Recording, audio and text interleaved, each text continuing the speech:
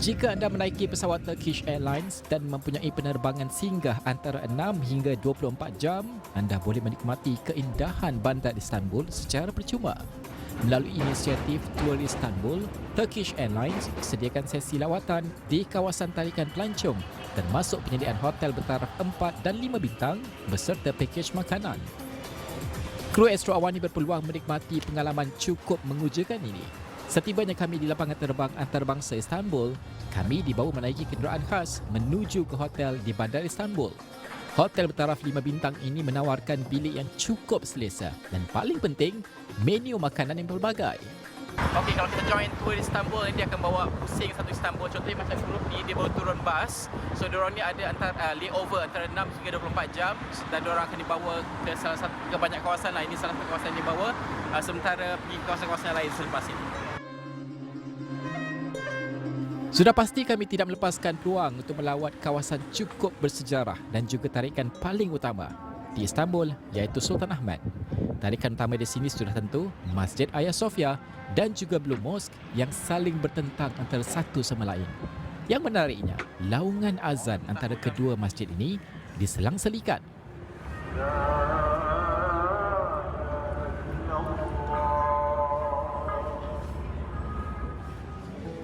Kawasan ini juga jadi tarikan untuk menikmati juadah tradisi Turki selain mendapatkan cenderamata.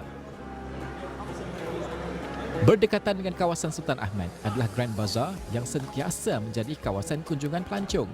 Di sini pelbagai barangan dijual berangkumi bahan rempah ratus dan juga cenderamata. Sejarah Grand Bazaar ini panjang sejak pembinaannya pada 1455. Kini terdapat lebih 4,000 kedai beroperasi di Grand Bazaar, membuatkan kami rambang mata dan tak cukup masa. Berbaki beberapa jam sebelum penerbangan pulang, kami dibawa melawat kawasan Dolmabahce Palace bersebelahan Selat Bosphorus yang amat menakjubkan. Di sini anda boleh saksikan Selat Bosphorus dan juga keindahan bahagian Asia Turki. Okey, benda yang paling menarik dibawakan oleh turis Istanbul ni adalah kita pergi ke Dolmabahce ni. Di sebelah sana adalah Dolmabahce Mosque dan juga di depan dia adalah Dolmabahce Palace.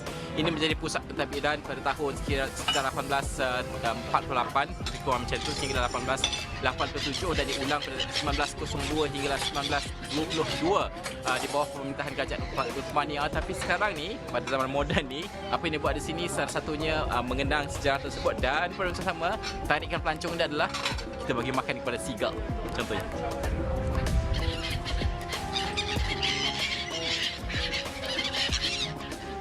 Aktiviti memberi makan burung camar ini bermula ketika pelancong menaiki kapal pesiaran di sepanjang Selat Bosphorus.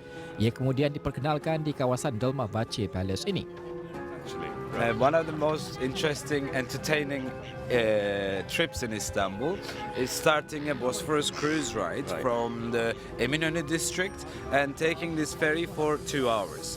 People that got on the boat sail on the European side for about an hour and then make a U-turn and see the ornaments on the Asian side.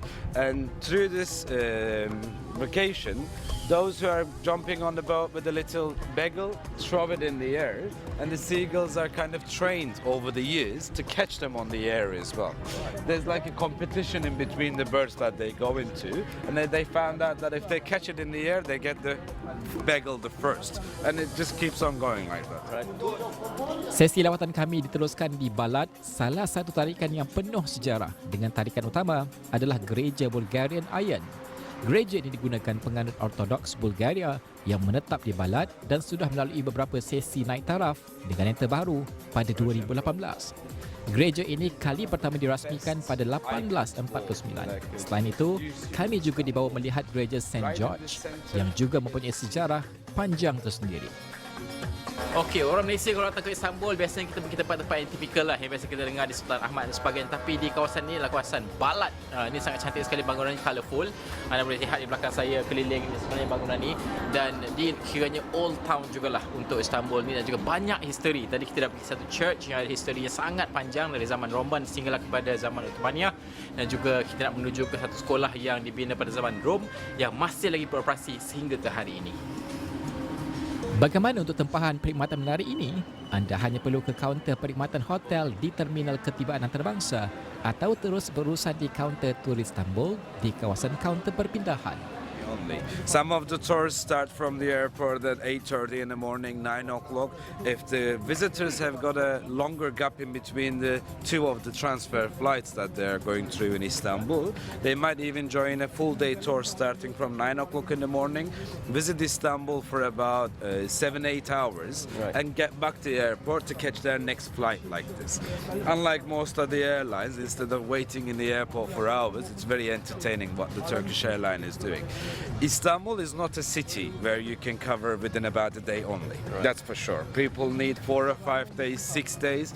If 10 days, they get a good taste of Istanbul and visit many other sites like that.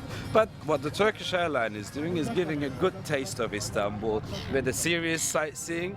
On a guided tours, they would be able to get the lecture of the history, what the city is all about, because it's the most magnificent and the biggest city in Europe, with officially 16 million population, non-officially about 19 to 20 million to talk about. It is the hub. It is where East meets West as well. Selesai saja lawatan, kami dihantar semula ke lapangan terbang untuk pulang ke tanah air. Kru ekstrawani juga berpeluang menikmati khidmat ruang istirahat kelas perniagaan Turkish Airlines. Selain menu makanan yang pelbagai, ruang ini juga memberikan peluang anda untuk berehat sementara menanti penerbangan seterusnya. Turki pertemuan dua benua dan juga pelbagai sejarah dan juga budaya, dan sudah pasti Turkish Airlines memungkinkan untuk ramai menikmati kepelbagaian ini.